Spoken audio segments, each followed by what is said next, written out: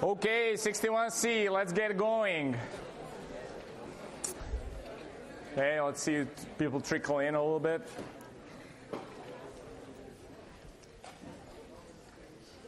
Okay, welcome everyone. So today we're going to do a journey a little bit one level below kind of where we were last time. So we started looking at sort of high-level languages like C, and we did some work there, explain how to sort of write simple programs, why C is sort of very close to the hardware, but not too close. And we still need to watch out how we do some things. In next few lectures, we're actually going one level below. So we're going to see what actually a tool called compiler creates as a sort of an intermediate language that is like super close to the hardware. It's actually sort of the language of the computer, but still kind of symbolic enough that humans can write in it. And Krista showed last time kind of the world's smallest chess program. Somebody was brave enough to sit down in that assembly language and actually code it up. And you will too in a few days, once you see it's not too hard. So today we're going to go and look at this intermediate representation where we're going to have instructions or kind of the vocabulary of that's very, very tailored to the hardware that's inside the computer, like one-to-one kind of tailored. And then we're going to learn how to write basic program constructs and go from there. So it will look something like this instruction and some operands based on which we work to both do arithmetic, load stores, operate on data, etc. Later we're going to turn that into a whole bunch of bits, and that's kind of on this slide. It's kind of shown right here. These instructions will map one-to-one to these strings of bits that the computer actually understands. And assembler is kind of the program that will do that for us. So I got like the last lecture of this MIPS kind of saga is going to be what are these number formats that will take, let's say this LW, which is load word, and turn it into the string of bits. Okay. Now, the basic job of a CPU is obviously to just basically execute lots of instructions. And there's a little bit of a trade-off here in what we want to call an instruction. Obviously, we would like at the high level for the CPU to do some tasks for us. Go fetch water, or go do some larger chunk of computation so that we don't have to be bogged down with little details. Right? But essentially, that's a very complex thing for a CPU to do. So if we could break it down into a bunch of smaller tasks, some of these smaller tasks could be reusable across a bunch of things that we want that CPU to do. And if we can identify these very frequently used parts, we could try to build hardware that really efficiently, quickly, and with low energy implements these tasks. And that's really kind of what we would like to call an instruction. It would be something that a piece of hardware can do very frequently and very efficiently. And through the history, it's been a trade-off trying to figure out what is that granularity so that we can actually do that. Right? This collection of instructions, which is really the vocabulary of a computer, we call instruction set architecture. It's a little bit of an unfortunate name. If you call it like the vocabulary of the computer, then that may kind of reflect it. But this is really what it's called. And you've probably heard about a lot of these names already. ARM, for example, is probably one of the most popular CPU designs and has associated instruction set architecture. Obviously, people who are still kind of tied to laptops or personal computers, x86 is kind of the instruction set architecture there. Even people who have Macs are really running x86 because there's Intel CPUs inside. MIPS is actually one that we're going to be focusing on in this class. It's actually also really popular. It belongs to this RISC kind of movement that we're going to talk about a little bit in a few slides. RISC-V or RISC-V is actually something that is kind of the latest generation in that RISC instruction set, originated from Berkeley. Here, actually, people who are going to be at Bears, there will be in the afternoon, the Plake in Soda Hall will be placed for RISC-1. That's kind of the first computer from Berkeley that sort of spun this whole RISC design principle that we're going to talk about. And there's a bunch of other kind of instruction sets like IBM, Motorola, Intel IA64 that are all different kinds of instruction set architectures addressing different domains. So if we take a look at what these architectures are throughout the history, I mentioned already there was this trend to kind of have the instruction capture a whole task. So in early machines like VAX, that's one of the computers sort of in the 70s, you had sort of a task, okay, go multiply the two polynomials. So that's not even like multiplying a few numbers. Polynomials could be whatever length. So it's a completely arbitrary, like very complex task. It can be broken down in many, many small pieces, but they sort of needed that kind of task being done, so they implemented that. And then they needed another task, they would add another complex instruction. So these sets would be called complex instruction set architectures. And sort of it got down to the point that people sort of the inefficiency in just adding more complex tasks and then yet adding more hardware to support it. The machines were really big and bloated. And so there was this whole movement in the 80s called RISC, which really stands for Reduced Instruction Set Computer. And what that really means is, again, recognize these small patterns that occur very, very frequently, and then just optimize the hardware to do that really fast.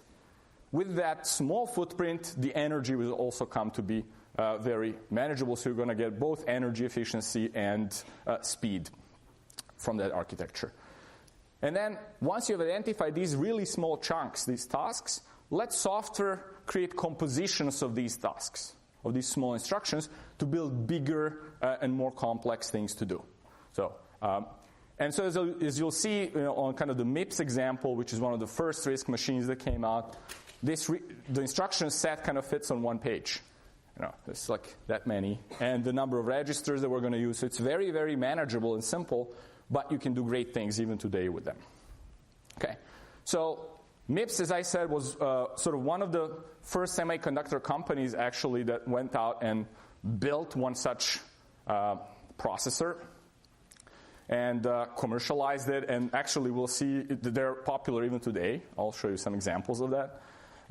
Mostly in embedded space. And but, in this class, we're going to look at the MIPS architecture for its simplicity, because it's a really good example of these RISC principles, and assembly code is kind of easy to learn. A bunch of other follow-on classes, like CS152, 162, 164, will kind of rely on that. Some may kind of wonder, why is it that we're not looking at, let's say, x86? It's a very, very popular architecture.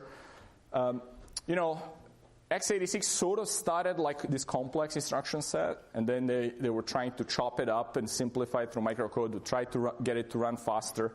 So it's nowadays somewhere in between. There's a lot of kind of bloat around it. And so for the first thing for you to learn the sort of the principles of it, it will be too much. And actually if you look at kind of the number of devices that run RISC-like instructions today, it basically outnumbers significantly the x86 platform. If you look at the latest ARM 64-bit architecture, it's kind of making a pivot even more closer to kind of the MIPS instruction style. So it's a very, very useful instruction set to learn. Now, one big change between kind of what C level that we've seen so far and what we're going to be using in RISC or in MIPS instruction set architecture is the fact that our variables will now be things that exist physically in the hardware, right? So we're going to call these registers, okay? And because this is a physical thing that sits on a processor, there's only a limited number of them. In C, I can just do any number, declare any number of variables, and the program will work. How it actually does it underneath, it doesn't matter. But here, if we write directly in MIPS, we only have 32 registers to work with, actually. So everything we do has to be done in that little sandbox of 32 registers. The reason for that is that we really want to keep the hardware simple, right? We're going to have these 32-bit registers, 32 of them, tailor the operations and craft the MIPS code to really fit there. And we'll see actually later how we can use much more data than these 32-bit registers. Right? Obviously, otherwise, MIPS wouldn't exist anymore. But you have to be very careful how you do it. Okay? And the benefit here really is that, if we have registers directly to, let's say, the arithmetic logic unit, which is the thing that crunches the numbers inside, we can get data to that unit very quickly. When I take this laser pointer, put it on the wall, that distance is 30, 40 clock cycles on the processor, just for this light to go from here and hit the wall. So you can now maybe get a perception of how important it is that the data is right next on a chip to that processing unit. Because electrons can't run faster than the speed of light. And so really physically for the electron to go out into the memory and come back, not to mention other processes that are happening there, it takes a lot of time. And you want that data that you want to use really right next to where it's being computed. Okay. So I mentioned already it's only a limited number of registers. We have them in hardware. We can't put an infinite number of them. So you have to really carefully design the code. You may wonder why exactly 32? Is 32 a magic number? Why not 8 or 16? It's sort of like a Goldilocks problem. Today's machines actually use, so 64-bit architecture uses more than 32 registers, and they're more than 32 bits. Turns out you can actually get a speed up with modern processes because you can fit these more than 32 registers kind of close to that, actually several arithmetic units, and still get good improvements. But it's sort of like a Goldilocks problem. If you do 1,000 registers, you will be all over the place in the chip, and you won't be able to get very quickly to these registers and come back. Right? So at the time MIPS started, at least the 32-bit architecture, they picked 32 as sort of like a sweet spot. And till today, about 35 years ago, it has changed maybe from 32s to 64, and that's kind of it. So that optimum is pretty flat. Okay. What we're going to do is in these MIPS architecture, we're going to call these groups of 32 bits a word. Okay. The reason is that 32 bits will fit in that register.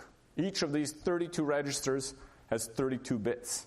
And so when we manipulate the data, we're going to say, regardless of where we get the data from, we're going to say this is a 32-bit word, and when we grab it, we're going to place it in that register and kind of fill it up. We'll see later that we'll be able to use smaller chunks of data to do the same thing, but then we have to be careful where in this chunk of 32 bits in the register, where do we put that smaller chunk of data?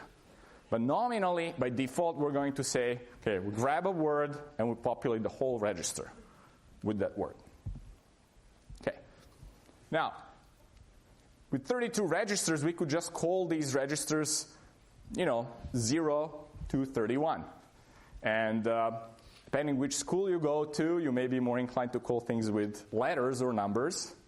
And so here, we're going to call these registers by name, actually, because it's kind of easier to remember, especially because some groups of these registers, we would want them to have some special functions. When we write code, we want to kind of partition these registers so we can more easily write code like C or directly translate C to this. So the first thing we could do is we would add these like $0 to $31 so to make it a label. But really, we're going to attach these character designators to them. And for example, we're going to call registers 16 to 23 kind of saved variable registers.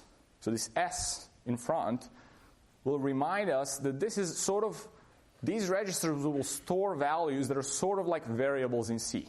So whatever I use as a variable in my C program, or I would want to use, I will actually have it here stored in one of these S registers. Okay? Then registers 8 to 15 will be another 8 registers. We're going to call them T0 through T7. And these T will be essentially for temporary variables. Temporary variables will be something that's an intermediate computation that I don't really need, but I need it just for now, and then later I'll kind of do some more computation and produce a value that I want to actually store, right, back into my C variable. Okay? And then later, as we go through MIPS, we'll actually be kind of revealing some of these other names as we need them for these other functions, for example, than arithmetic. I strongly suggest you use kind of the names to make it more readable. People will not really like if you know they get a code from you, even these like small example codes where you just go $0, $7, $15, etc. Because every time they have to look up and check, did you really use the saved variables register, temporary, things like that. Okay. As I already mentioned, kind of in C and higher level languages, you would just go and declare type of the variable, go declare the variables, maybe do even the assignment at that point in time to a variable, whether they're ints or characters, whatever. Later in the code, when you use these variables, the type checking will help you not screw up, right, and do the right thing. And even if you kind of made a mistake, compiler will warn you. You're trying to assign a character to an int. It doesn't work. Okay, so it's not going to compile and let you go further. And so that helps you kind of debug your code more quickly and write correct code. In assembler, in MIPS, all bets are off. You have to be really super careful what you're doing, because each variable is a number of bits, essentially, in the register, right? And so in MIPS, the type of operation you do on the registers will determine which variables you really thought should be used, right? Because otherwise, there's no other mechanism to check. There's no types, essentially. So you will, by typing the instruction, and we'll see later, there are unsigned adds and for example, signed adds, and that will kind of tell you as a programmer, okay, I know how this instruction is going to treat this data. But otherwise, there's nothing else checking that you kind of did the wrong thing. Okay. So let's do some examples. Let's make a calculator. Okay? For calculator, you need at least the very basic to do adds and subtracts. And kind of first computers kind of did this as well. So to do that in assembly, we will sort of have this very simple instruction. And notice as we go through these instructions, you'll see that MIPS follows like a very, very rigid instruction format. There is here the name of the operation. This is the target register to which the operation gets stored.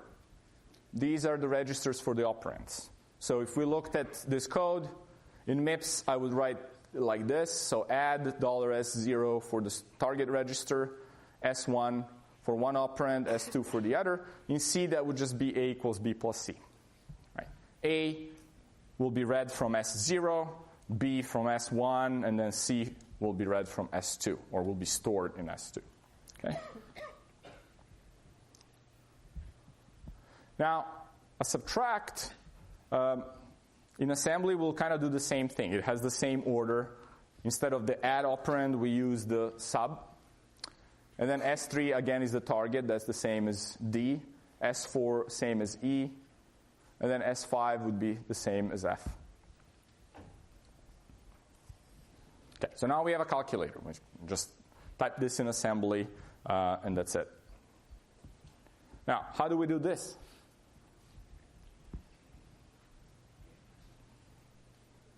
In C, it's one line.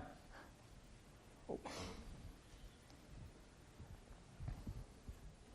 What do we do here? Any ideas? Compose addition and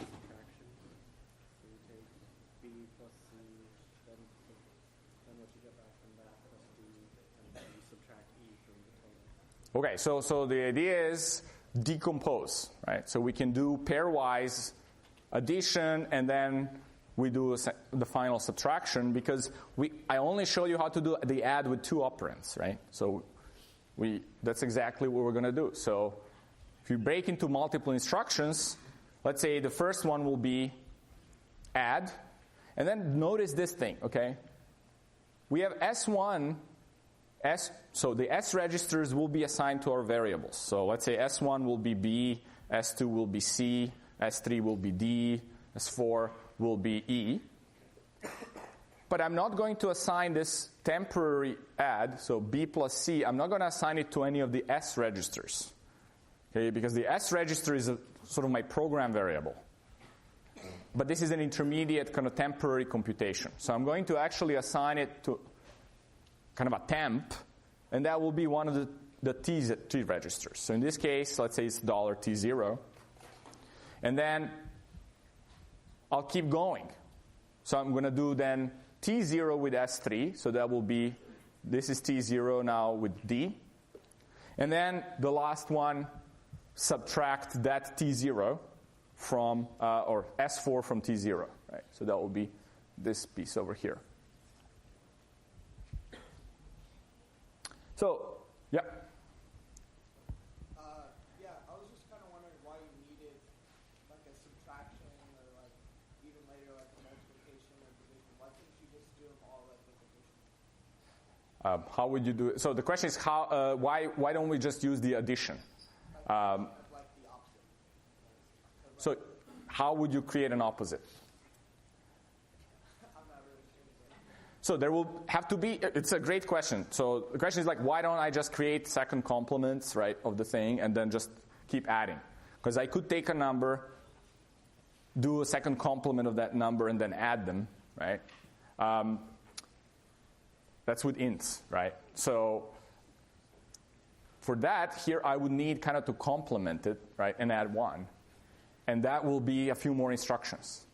So because subtraction, again, happens very frequently, I would want to implement hardware support for subtraction. So when I read that the instruction code is sub, my hardware already does that automatically, and I don't waste reading another instruction and then pushing it through the CPU. So that's been recognized as a frequent enough case that if I have it handy, I better use that than pay 3 instructions to do the subtraction, right? So great question. Yeah. No.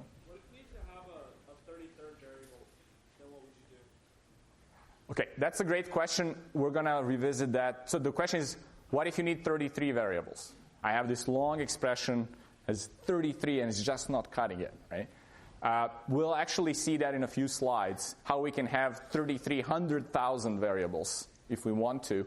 But we obviously cannot store them all in the register, so we have to go somewhere else. Yeah. Yep. In this example, instead of using the temporary register, T0, could you just use S0? You can, in principle, nobody's going to stop you from using it, but you will have enough things going on in the program that you would want to use the variables that are in your code stored in these registers. For example, so the question was, why not use S0 instead of T0, right? So imagine I had some more variables in my code. If I used S0, I would be overwriting that variable, right? And then later, maybe some other expression would want to use that S0, but I wouldn't be able to use it, right? So if you have enough space, you could, but this way we partitioned S0 and S and T registers so that you can kind of have some space for the temporary variables while still preserving some of the saved variables from the code. Any other? Okay. So the point here of this expression is that you see that one simple line of C actually may take multiple MIPS lines in order to execute. And we'll see this is not only the case with adds and subtractions and like expressions, but when we go into loops and decisions later, as well as the function code. There will be some tasks that we just need to spend several more instructions in MIPS because it's not as efficient. You have to kind of compose a bigger task out of many smaller chunks. So this, we talked about the temporary registers. One actually Yeah, so one point here is that we use this hash, and then I was explaining kind of what the thing does. Assembler would just ignore this, right? So just like a comment mark in C, we could actually use hash here to denote anything. And believe me, when you write the elaborate assembly code, these comments will become very handy for you to go back and later understand what the heck you did. Okay, so or anybody else. So strongly recommend doing very, very generous verbose commenting there. Okay, there is another thing we often do. In fact, if you look at profile the codes, like for example spec int or like these types of benchmarks, very frequently we actually use a constant to do something in the code. And having an instruction then again that supports doing that will actually save you quite a bit. Because imagine, as we talked about it, you cannot fit everything in these 32 registers. For that number, you would have to actually go and fetch a constant from the memory, and we'll see that's actually very, very slow. So rather than doing that and spending instructions on getting just a constant number from somewhere, you might as well embed it in the instruction itself. And so that's what we exactly are going to do with these, what we call immediates. The reason why we call them immediates is because they are already in the instruction. Right? So remember the binary code that I showed you at the beginning, where we kind of translate a simple MIPS instruction into ones and zeros. Well, some chunk of those ones and zeros will be actually that constant that we're going to use in computation. Okay, so for example, when we do something like this, an add with a constant will be just our add tag, but we're going to have this I for immediate. So that will say that you're actually adding a constant, which is in this third field, in this case it's minus 10, to this register S1, and then storing that value in register S0. So in this case, S1 will contain the G variable from C, from this expression F equals G minus 10, and then S0 will contain F. This minus 10 will be stored. If you look at this, it's a one-line MIPS instruction, and as such will be translated exactly to one line of zeros, 32-bit zeros and ones. So that number minus 10 will actually be part of that string of bits. And so when you execute instructions, by just reading that instruction, you already got that number. You don't have to go to memory and get that number. Right? So that's sort of the speed advantage of these immediates. Okay. So again, it's kind of the argument is kind of embedded in the instruction. Now, there is, question. Is there a size limit on the immediates? Like, can you go past 256? I don't know exactly. What? 16 bits? Yeah, 16 bits. We'll see later in the instruction formats. This is what you get. But these are signed and unsigned, right? So you can go up to 100, half of that whole range. Now, there is one special constant that is used like a ton, above all the numbers. Does anybody guess what that is? Zero, yeah, great. So it's so special that you actually want to dedicate a whole register to it, okay? So what you're going to have is you're not even going to have like add intermediate and then kind of the number. We're going to have this register, actually $0, which is your zero register, is going to be hardwired to contain all zeros. Okay? So we're going to call it in this code $0 with 0 in text. So to just make sure people don't confuse it with a 0 and S that somebody forgot or something like that. So this is going to be a 0 register. In this case, this add really just does the assign, like of G to F. Right? Okay. Here's a little reminder. When we talked at the first lecture and kind of a little bit about in the second lecture about number representations and addition, right, with signs versus unsigns. there was this issue of overflow, right? Overflow was this event that happened because we only have a fixed number of bits in which we want to represent a number. So we, for example, have two positive numbers, and when we add them, that sum is outside of this range that we can use to represent the number. We're going to get a negative number. Right? Let's say, take a look at this example here. If I'm using only 4 bits to represent the numbers, then when I do all ones plus 0, 0, 1, 1, I'm going to actually get this 5th bit. Right? And so instead of getting here a number of 15 plus 3, which is these two unsigned numbers, instead of getting an 18, I'm actually going to get 2. Because I'm not even going to see this bit. I only see the lower 4 bits, which is obviously wrong.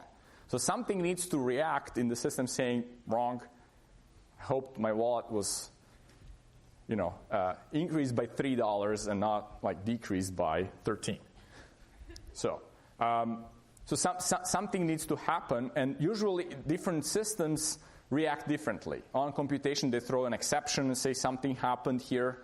We detected an overflow. Some languages can detect this when they're compiling and make sure that the underlying hardware can deal with it. But here's sort of like a little map how things get handled with these MIPS instructions. Right? So in some languages like Ada or actually Fortran to MIPS compiler, you'll actually be able to carry over that type and overflow checks. But MIPS has kind of 2 types of instructions. If you write your MIPS code directly, if you write add immediate, and subtract, those are kind of the instructions we already covered, then MIPS will actually, it will cause the overflow to be detected, and MIPS will throw an exception, and there's going to be sort of the exception routine that will handle this exception. Okay. Now, if you use the unsigns, so these are going to be just add, and then there's this letter U for unsigned that's appended to the instruction name. That tells MIPS you're working on unsigned integers, right? Which usually you will be doing when you kind of do the address increments and things like that. Add immediate also when you're incrementing the address with a fixed kind of constant, subtract, etc. And MIPS will actually do nothing here to detect the overflow. Okay? And actually, C compiler to MIPS will turn all your adds and stuff into actually these unsigned operations. Right? Adds. So there will be no kind of overflow detection. But you don't have to worry about that necessarily here in the course. This is just to give you an idea what's happening under the hood. Okay. There was this question earlier, a great question actually, about what do we do if we have more data, more variables than we can actually fit. So you see, here's the CPU, the processor. Here's the arithmetic logic unit. That's where all the adds and subtracts happen. Registers, we want to place them right next to that unit, right, on the chip. There's only 32 registers, so if we need more data, we will have to actually go outside the chip to the memory and go fetch that data. Now, in modern processors, this is not exactly what you're going to see. All right? You're going to see a memory hierarchy, a number of different memories of different sizes that will kind of bridge this gap. Okay? This gap here, we talked about light hitting the wall in 30, 40 cycles of processor. Well, we'll see later that going to a real big memory like DRAM will take, again, 50 to 100 cycles. And so you don't want to sit idle and do nothing while that's happening. You want to be able to introduce some other memories in which you may have a higher chance of getting that data from. So they're neither, again, Goldilocks thing, right? They're neither too small or too big. They're somewhere in between, and you have some chance of getting your data from it. That's called caches, and we're going to talk about that In your normal processors, you have L1, L2, L3 cache. So 3 times the chance, three times the charm, so you have 3 shots of getting your data before you have to take that long trip. But each time you hit a bigger memory, it takes more time for you to get that data. So there's some trade-offs there. Okay? So what's important on this chart, just for people to get the reference when we talk about things. So everything is kind of with respect to the CPU, right?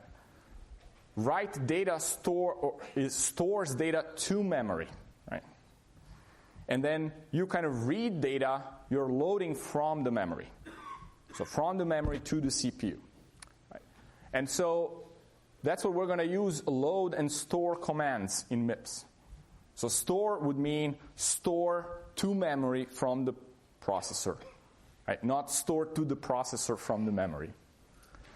And then load will be load from the memory to the processor. It's the word I want to work on.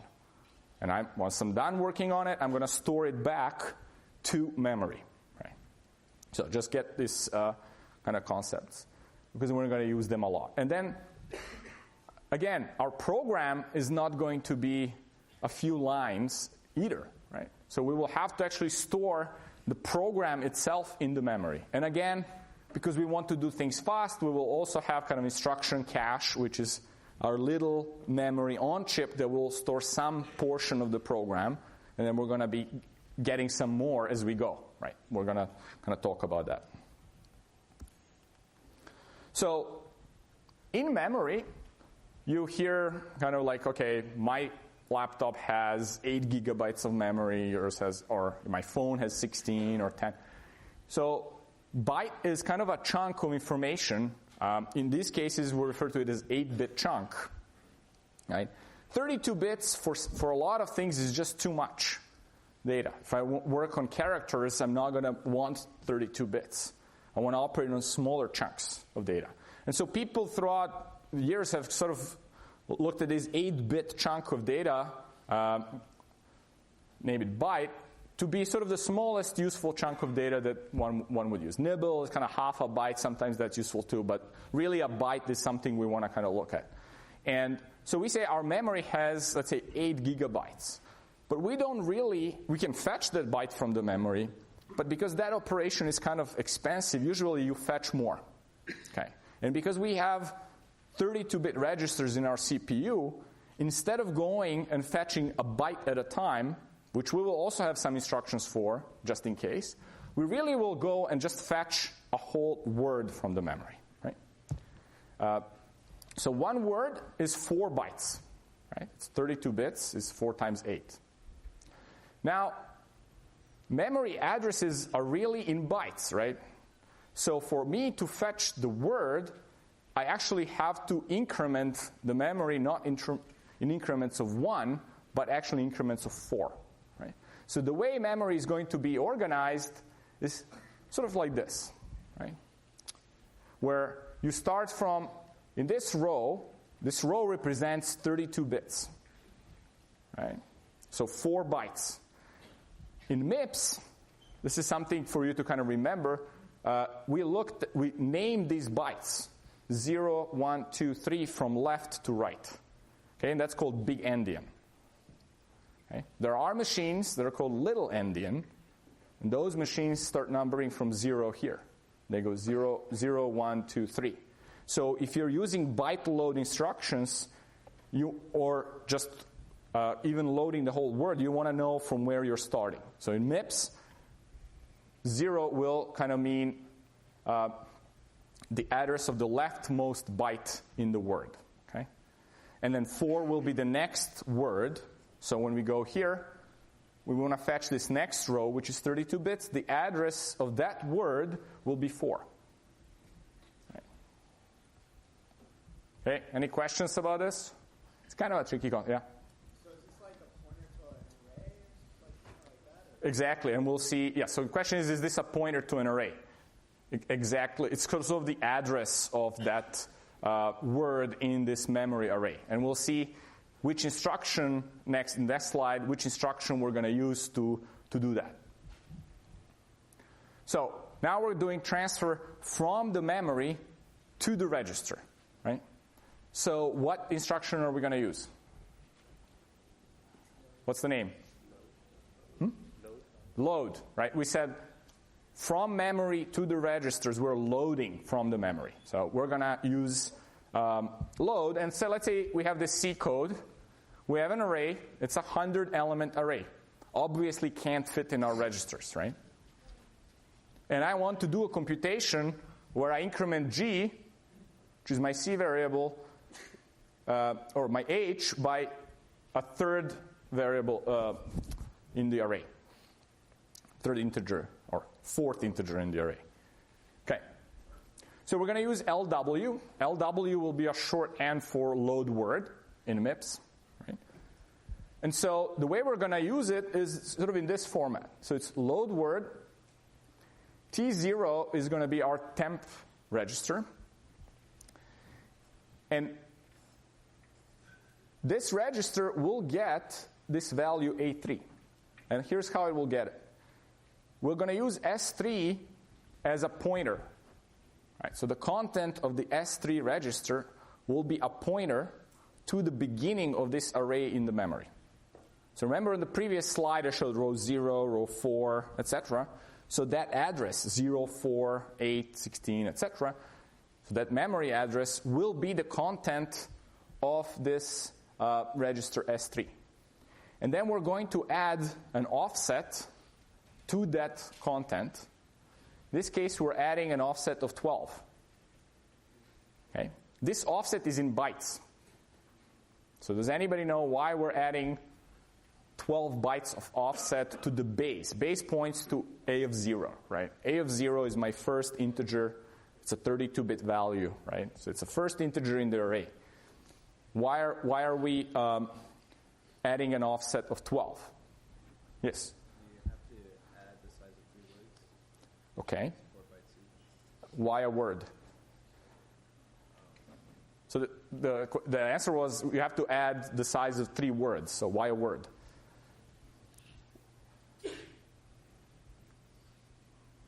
Yep. It just so happens that ints are the same size as a word. And int's 32 bits. Yeah, so the answer is int is 32 bits. It is exactly the size of my word, right? So for me to go from A of 0 to A of 3, right, I have to increment my base by 3 words. And each word is 32 bits or 4 bytes. So my increment, my index here, 12, is in bytes. Right? So I have to increment by 4 times 3, which is 12 bytes. Make sense? All right. This is the single most critical piece in kind of MIPS programming. You don't believe how many people will do this calculation wrong and will put an index of 3, for example. Right? Forgetting that byte addressing is different from word addressing. Right? And you need to look at what is really the thing you're fetching, what's the size, and by how much you really would want to jump that array. Okay? So after we got that value, A of 3, it's in the temp register because in my code that value it really is not kind of the variable, right? It's just a value I want to use temporarily. So I store it in T0. And then once I have it, then I'll just do a normal add between T0 and S2. Variable H is stored in S2. And I'm going to get my variable G, which is stored in S1. Okay? So again, S3 is we're going to call it sort of the base register or the pointer into the array. So if our array was A of 100, so at A of 0 is really kind of the value that is stored in this register S3. So whatever we have in that bracket, you better make sure that the pointer to the array you want to access is in that bracket. Okay? And then 12, again, is the offset in bytes. So we have to very carefully calculate by how many bytes we need to jump in order to address the next element in the array. That again depends what is our array. Is it int or is it char, right? Or things like that. This offset of 12 is not a variable. You cannot go and put a variable, like another register here, like $S1 in the bracket $S3, because that offset needs to be known at compile time. Okay, so let's do another example. Transfer from register to memory. We use which instruction? Store. We're now storing stuff from the registers to the memory. Again, we have the same code. Now, instead of G, we actually want to modify A of 10. So we go grab A of 3, add it to H, and then we go and store that in A of 10. So, can anybody tell me what offset am I going to use to store to A of 10?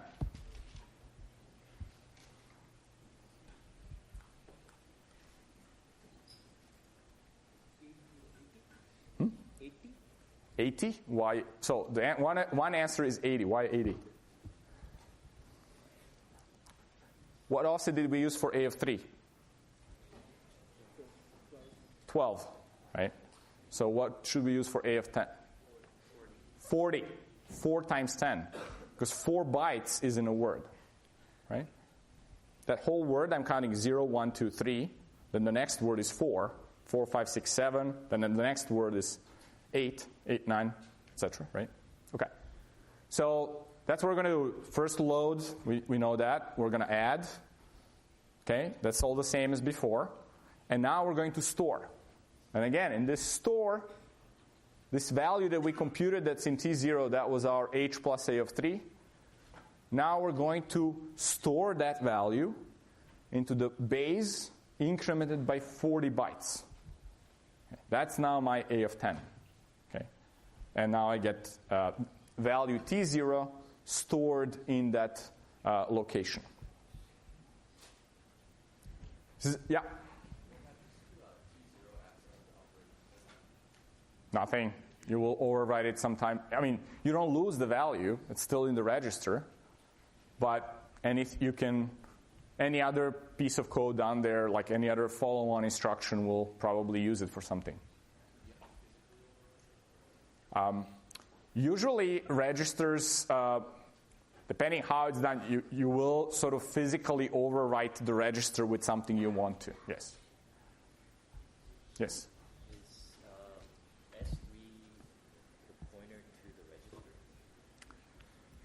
Question is S3 a pointer to a register? S3 is a register itself, okay, that contains a pointer to some location in memory. And in this case, since we're operating on the array, it will be a pointer to the base of the array, like ampersand A of 0, right? That was our base of the array. Okay, yes? So if our type was like 16 bits and not 32 bits, would we use 1 instead? Type was 16. Yes, you would have to kind of decrement. You will be able to, on a load, you would be getting 2 elements, right? Then you have to do some masking to figure out how to access each one. Actually, so the question was, if it's 16, do you half the offset? You do, because you will be able to get twice more elements within a certain range. There are other instructions called LH, load half, and LB, it's load byte, with which you'll be able to do that exactly, right? So I'm showing you load word. But if you look at the MIPS sheet, and we'll have a few examples on that too. Not on load half, but LB. Okay, so again, here we had a base, and then our offsets were 12 and 40, which are multiples of 4, okay? So that we could access the 3rd and the 10th element in the array, because each element is 4 bytes. Okay? Now, just remember this, whenever we're doing LW operations, $S3 plus $12, that whole address, right? So that value of the address that we're looking for the word has to be a multiple of 4. Remember, we're storing words in memory beginning at addresses that are multiples of 4, 0, 4, 8, etc. So if my total word address is not a multiple of 4, I'm byte misaligned. Okay? It's like I'm starting from like a second byte in the word, getting 3 bytes, and then another byte of some other word. That's not really good. I'm going to get some junk. Okay, so this is a quick check for you when you write your code. Whenever you're using LWSW, the sum of these two, of the content of S3 and the offset, or here again, has to be a multiple of 4 when you're using load word. Okay, so a quick example on, there was a question about what if you're seeking something that's less than a whole 32 bits. So there are these instructions LB, load byte and store byte. Now these, because byte is really the smallest unit I can address, the address for that can be whatever, right? Whichever number. It doesn't have to be a multiple of 4 because it's just that exact byte that I want for whatever reason, okay? It's same format, so you will have again LB, S0 will be the target register to which you're going to load. You're going to load the content of S1 plus 3, that address you're going to grab from the memory, so that byte that resides in that address. Now, the trick is, where are you going to load it? It's a 32-bit register, and you only got 8 bytes, right? So this LB will load it into the lowermost byte in the register, and then it will actually do assign extend all the way. So if this is my register, these are the 8 bits that I loaded from the memory. We'll take this sign bit and sign extend it all the way. So that's what LB is going to do. LBU is going to do what? Anybody guess? Unsigned extend, so zeros, right? So we'll not sign extend. Right? So if you don't want the register to be sign extended, use LBU. If you want to have it sign extended, do LB. Okay. So we already talked about this. That registers are small. We only have 32 words, so not a lot, 128 bytes that we can work on. They're very close. Memory will be 2, 8, 16 gig, 192 if you have a big server, and do some interesting chip design. And then, but the risk principle is smaller is faster, so we're going to not grow that number of registers on a chip much. We already talked about that going to memory, just because of this speed of light kind of thing, and some other things, it will really be 100 to 500 times slower than really going to that register. So we really want to minimize kind of when we need to do that. Okay? This is my first time using clickers, so I'm going to give you an easy question. Okay?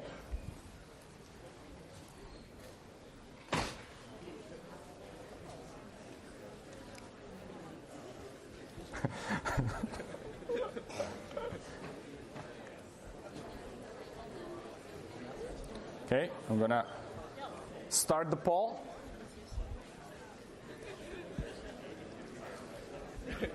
Please don't put E. Save E for next week.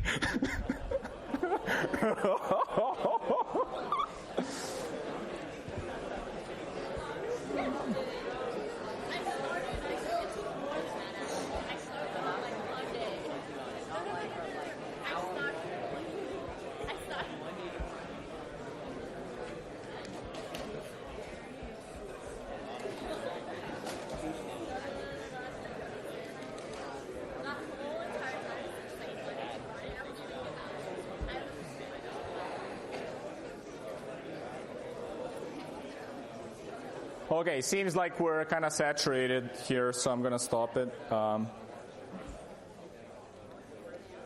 Okay. Woohoo! Okay, so this is pretty good.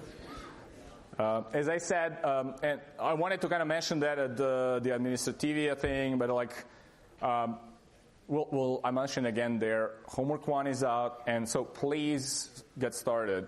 Let's do this, unlike homework 0, which you had 2 weeks for. This is like only 1 week. It's due on Sunday, and there's a lot of work to do. So please get started. Okay. Okay, this was an easy one. Here is a little bit harder question, but should be still very easy. So I'll let you first kind of, well, let me open it up. Think a little bit and then just do it yourself, and then we're going to do, we'll have a couple of minutes to discuss and then do it again. So maybe let's do this like in a minute and a half or so.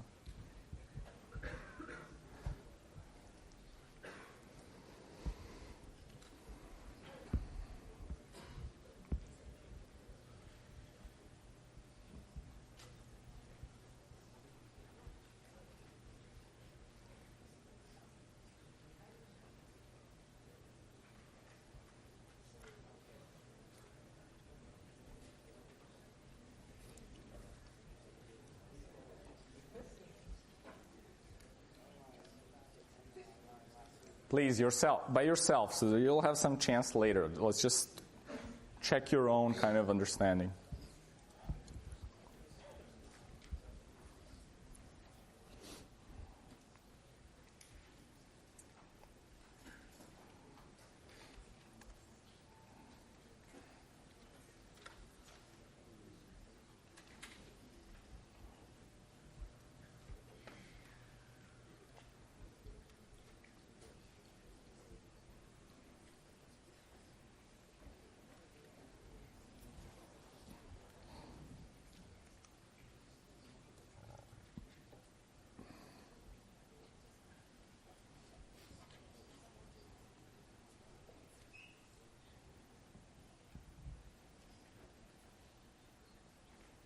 Okay, so it looks like numbers are saturating. We're going to stop it. Okay, so ready?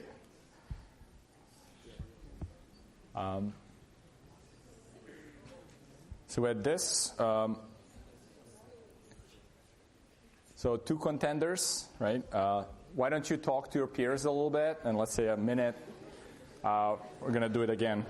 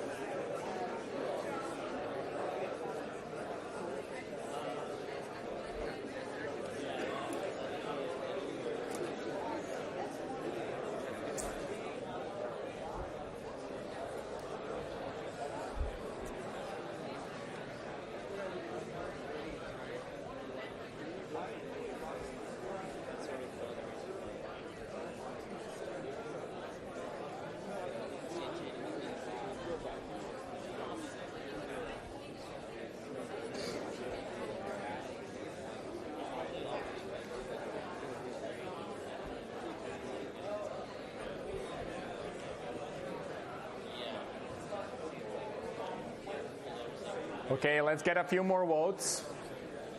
Let's get a few more votes in. So we gotta, yep.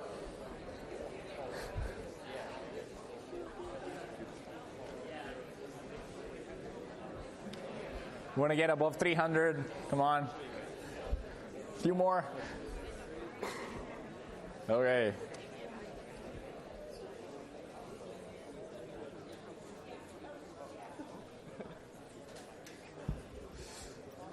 Okay, here it is. So, what we have here is, so in C we have a load word. So we're loading into a temporary register the content of the word in the memory that's pointed to by what is in S1. So S1, what is in S1 is really a pointer to that memory location, right? So, and that kind of fulfills this thing that Y is a pointer. It's in S1. So then we're looking to grab a value for that pointer is pointing to, right? We don't want any offset because that's exactly the location in the memory where we want to grab stuff from. So offset is 0. Then we do add immediate because we're adding a constant, right? So add immediate uses this temporary 0, which is where our star y is stored. Now, and then adds a 1. And then we do a store word now from the register T0 to the memory. Again, we're computing the memory address to store to by looking at a pointer which is in register S0. That's our X. It's in S0. We add 0 as the increment because that pointer is exactly where we want to be in the memory.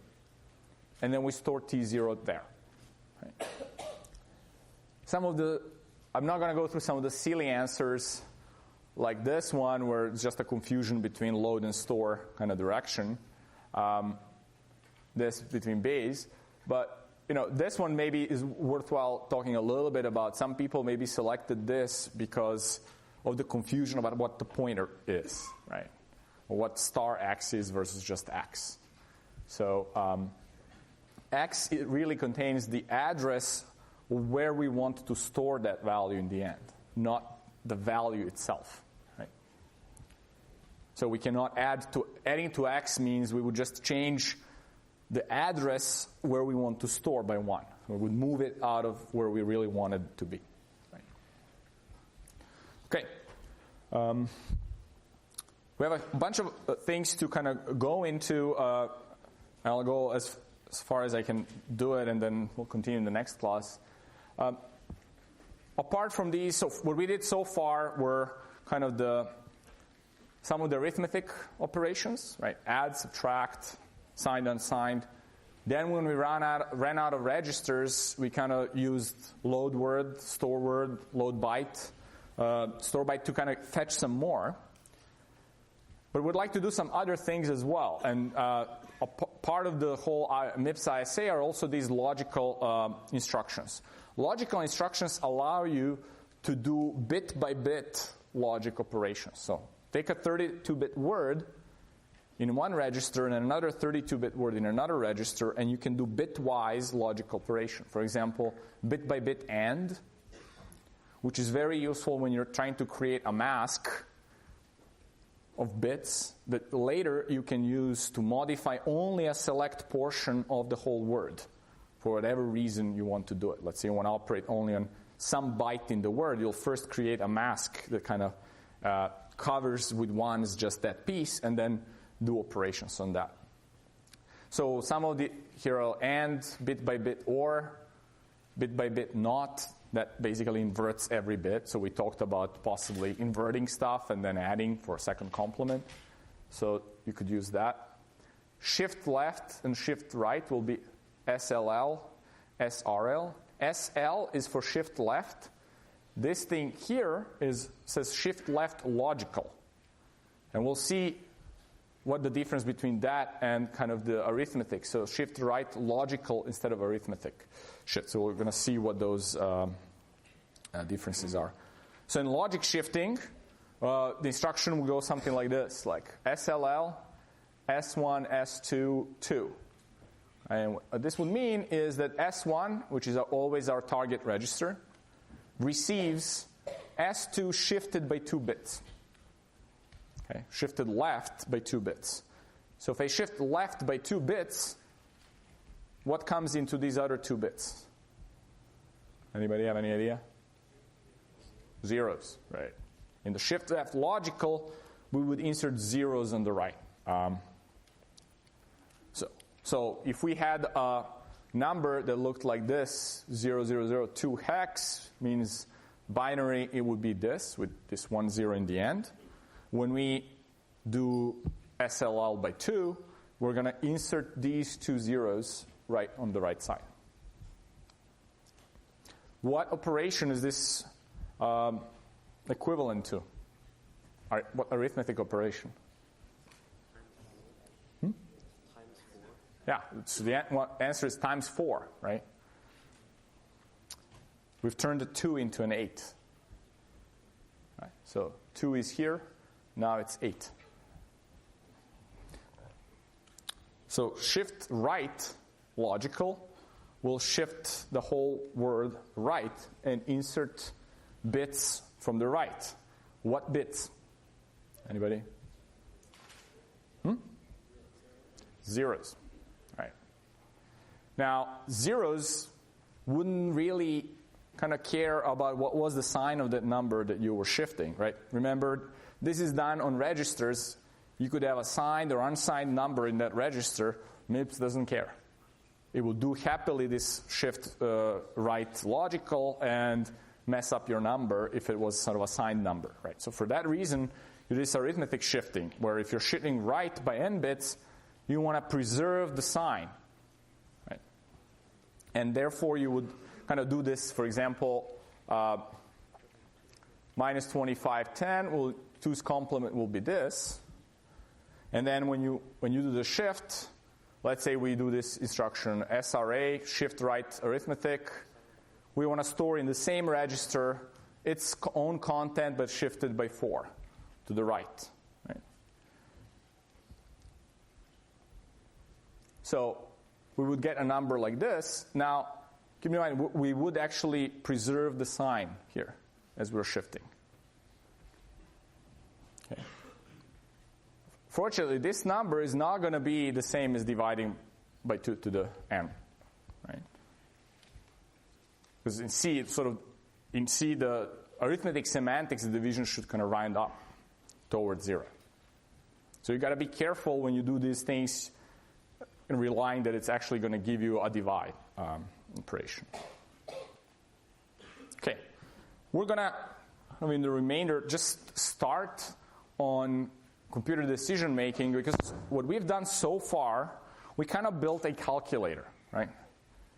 The thing so far that you know how to do in MIPS is add, subtract, do logical operations, store, read from memory, so you can do it on any number of numbers, right? So your expressions could be million variables long. You could do it, but you can't do anything else. The calculator has no decision power. If it's faced with kind of some logical expression, it won't know based on it to take left or right, right? And execute some code and not execute some other code, which is kind of the key to intelligence, right? So which instructions in C we had to kind of do that? Provide us with program control. Anybody?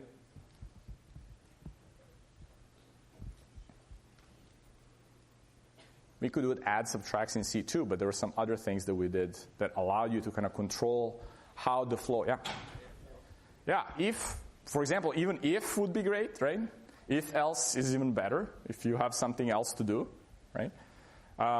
There's more complex constructs like switch, right? That's if you have multiple choices you want to address instead of doing nested if else kind of things. What else can you build if you have if and else, but you need kind of some repetitive action? What? Yeah, you can build a loop, for loop, while loop, any other loop. do loop. Yeah, those are the 3 types of loops we want to support. So we want to be able to do all this same stuff in MIPS too, right? Because that will give us the most flexibility how to translate these C programs to this. Okay, so again, in programming languages, we would use if statement or if else.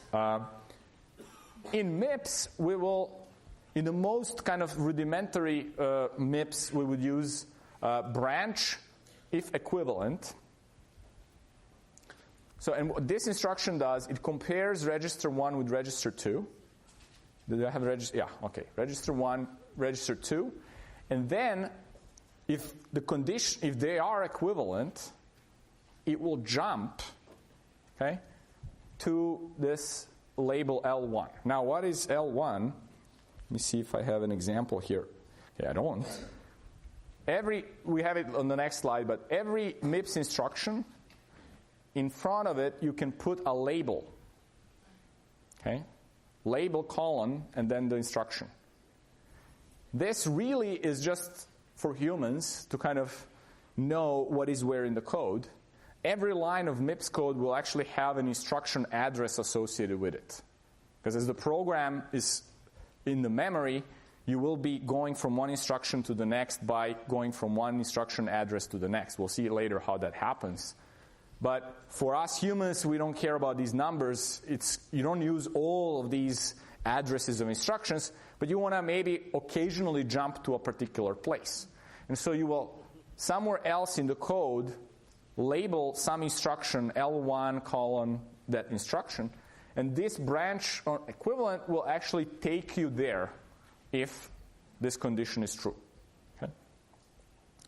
So this means like go to and then a statement or instruction that is labeled L1 if the value of register 1 is equal to value of register 2. Anybody programmed in BASIC, there was these go to instructions. Yeah, okay, okay. Except for me and Krista, maybe. Yeah, okay, there's some more takers.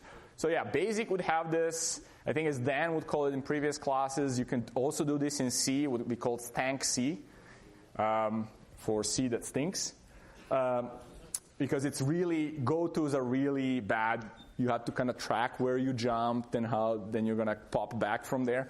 But in MIPS, it's kind of a necessity. There's no other construct to do this kind of branching except to jump and do stuff. And as we'll see with functions as well, you're going to have to jump, do some stuff, come back. Okay, so we're going to have this branch if equivalent. Now, if you don't jump, you don't branch, you will just go to the next statement. So if my code has multiple lines of instructions, after BEQ, if the condition is not true, I'll just continue. Okay. This stands for branch if equal. Sometimes that's not the condition I want to test. I want to test if it's branch if not equal, right? And because that also appears very frequently, and there's another instruction called BNE, branch if not equal. Okay? So here's a few types of branches that we're going to cover. So again, branch is kind of a change of the control flow. I'm going through my instructions one by one, and all of a sudden, based on some condition, I don't want to execute the next instruction, so I jump. Right? And so I change my control flow. So this is called a conditional branch. Right? We're going to jump somewhere or not jump, depending on some condition. And what we covered so far is branch if equal or branch if not equal. That sort of covers the equalities and non-equalities. Or equalities or when one thing is not equal to another. But if I have inequalities where something is smaller or bigger, I need a separate instructions I'm going to show you. We also have unconditional branches. At some point in the code, I just want to jump. Okay? And there can be various reasons for that. I figured I completed my code and I just want to jump out of there. If it's a function, I complete a function, I want to jump back to where I was. No conditions. I'm done. I want to jump back, right? So there are these functions, and it's what we're going to use here. An example is jump or just J. That's kind of the instruction label we're going to use. So Here, let's do an example for the if statement. Actually, I'm going to stop here real quick. I think you deserve some news. And then but before I do that, there was someone who wanted to do a 30-second kind of advertisement. Yeah, why don't you do it when I do this? Hello everyone. Next week is Vagina Monologues. It's February 12th, 13th, and 14th, Thursday, Friday, Saturday. Tickets are being sold right now all week and next week until we sell out, which we usually do. It's at Wheeler, 7 p.m. Vagina Monologues, if you don't know, is a production put on every year. We have different pieces that all target gender issues such as gender-based violence, being a woman, being a trans woman, etc., etc., etc. It's a really good show. It's a great platform for discussion on gender issues that are relevant to any space, including this one. So it would be really cool to look them up and support. I shaved one armpit for this. Okay, 30 seconds up. 30 seconds times 4. Okay, I just wanted to give you a little bit of piece of news about MIPS before we disperse. MIPS is actually in space. You know, in July this year, it will actually pass past Pluto and take some snapshots. There's 4 MIPS CPUs on that craft. It's been launched 8 years ago, or almost 9 years ago. And actually, these chips that you see here are called rad-hard. They're on SOI substrate so that radioactive particles cannot screw up the computation. So, yeah, you have the site here so you can check it out. Pretty much everything on this craft depends on the MIPS. Guidance and control, which is very important. Command and data handling, you know. So if you kind of learn MIPS, you'll kind of know how to program the spaceships. Another thing I wanted to point out is the administrative stuff. Please, hopefully everyone turned in homework 0 and didn't use their tokens on that easy homework.